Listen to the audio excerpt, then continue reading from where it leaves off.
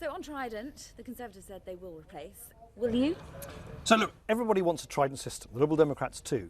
The question really is, do you do it with 4 submarines or 3? That's actually the debate, and I find it actually pretty extraordinary that the Conservatives have decided now that the difference between 4 or 3 nuclear submarines is the be-all and end-all of their election campaign. They've said it's a red line, it's the most important thing of all. I'll tell you what, I think what is much more important than the difference between 3 or 4 nuclear submarines is the difference between fair taxes or not, the difference between whether we put money into this hospital behind me or not, whether we balance the books fairly or not. But if the Conservatives want to make the issue whether we have 3 nuclear submarines or 4 nuclear submarines the most important thing, the be-all and end-all of their election campaign, many other people have other priorities, properly funded public services, fair taxes and balancing the books fairly, which they would put higher up the list. It is quite significant in terms of the UK's defence though, isn't it? Because the difference between 4 and 3 is a continuous presence at sea. It's not nearly as significant as the Conservatives are making out.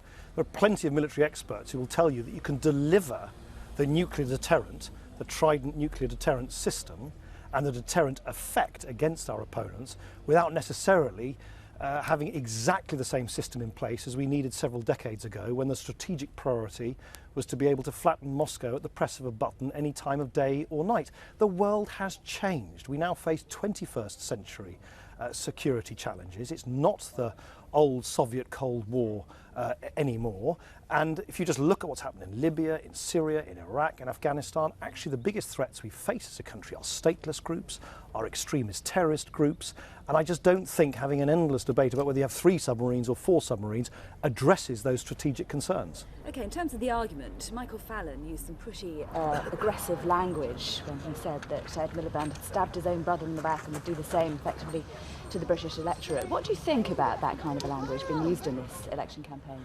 Well, look, in elections people say disobliging things about each other, and other politicians and other party leaders will need to answer for their own language. My own view, for what it's worth, is that the reason why we will see more and more of this really kind of nasty language between the Conservative and Labour leaderships is because both parties are realising and are panicking about the fact they're not going to win a majority. And they'll go around the country saying they're going to win a majority. They know in their heart of hearts they're not going to win a majority. And actually what the country now faces is the prospect of David Cameron in Downing Street with Nigel Farage and at the mercy of the swivel-eyed brigade on the right wing of his party, or Ed Miliband at the mercy of Nicola Sturgeon and dancing to the tune of Alex Salmond. That's why they're panicking, and that's why they're resorting to ever more vituperative language against each other. You sound like you're excusing it a little bit.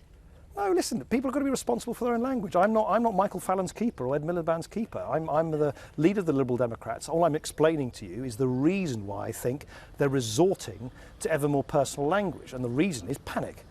The Labour and the Conservative parties are panicking because they realise that what they're telling the country, which is they're going to win outright, is not true.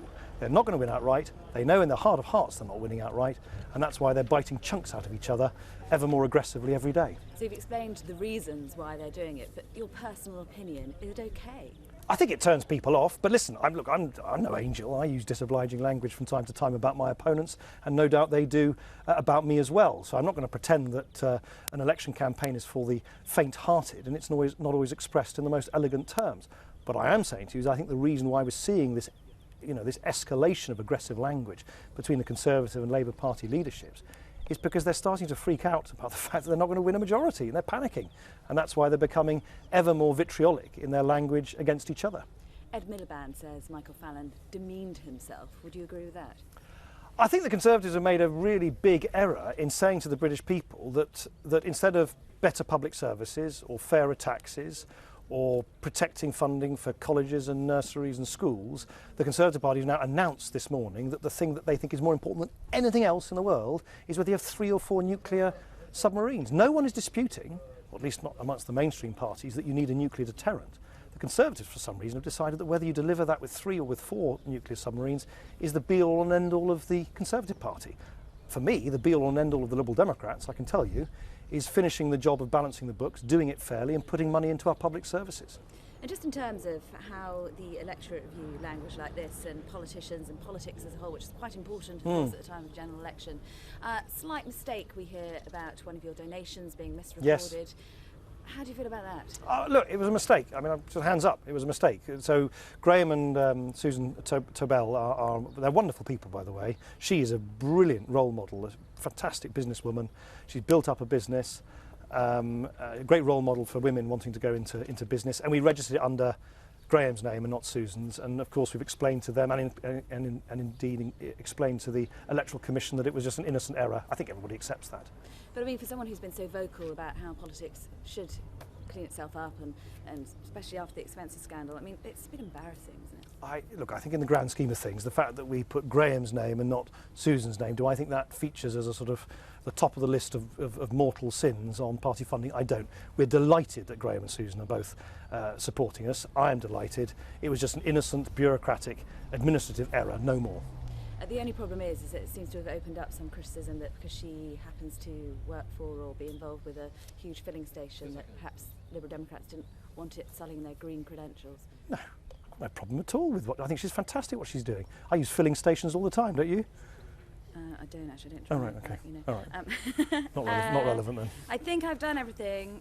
Just maybe one on why we're here today. Of Yes. course, NHS. Skyping doctors. Really, you sort of talk about how 3 or 4 submarines isn't really the be all and end all. Skyping doctors, more important things that the NHS should be worrying about? Of course there are lots of things the NHS should worry about, but actually I think if you speak to nurses and doctors and clinicians, as I just have in this community hospital behind me, they will tell you they would like to embrace new technology, not have constantly to fill in forms every time they do their rounds on the wards. Make sure that there is a way using modern technology for patients to consult with GPs rather than physically going to a surgery. Having nurses using iPads to put information about patients rather than having to fill out multiple pieces of paper. And that's what this £250 million fund, created by selling off a lot of the land that the NHS owns but doesn't really need, is all about. I think it's just part and parcel of the modernisation of the NHS, just as much as the NHS also needs extra money to be properly safeguarded and protected for the future.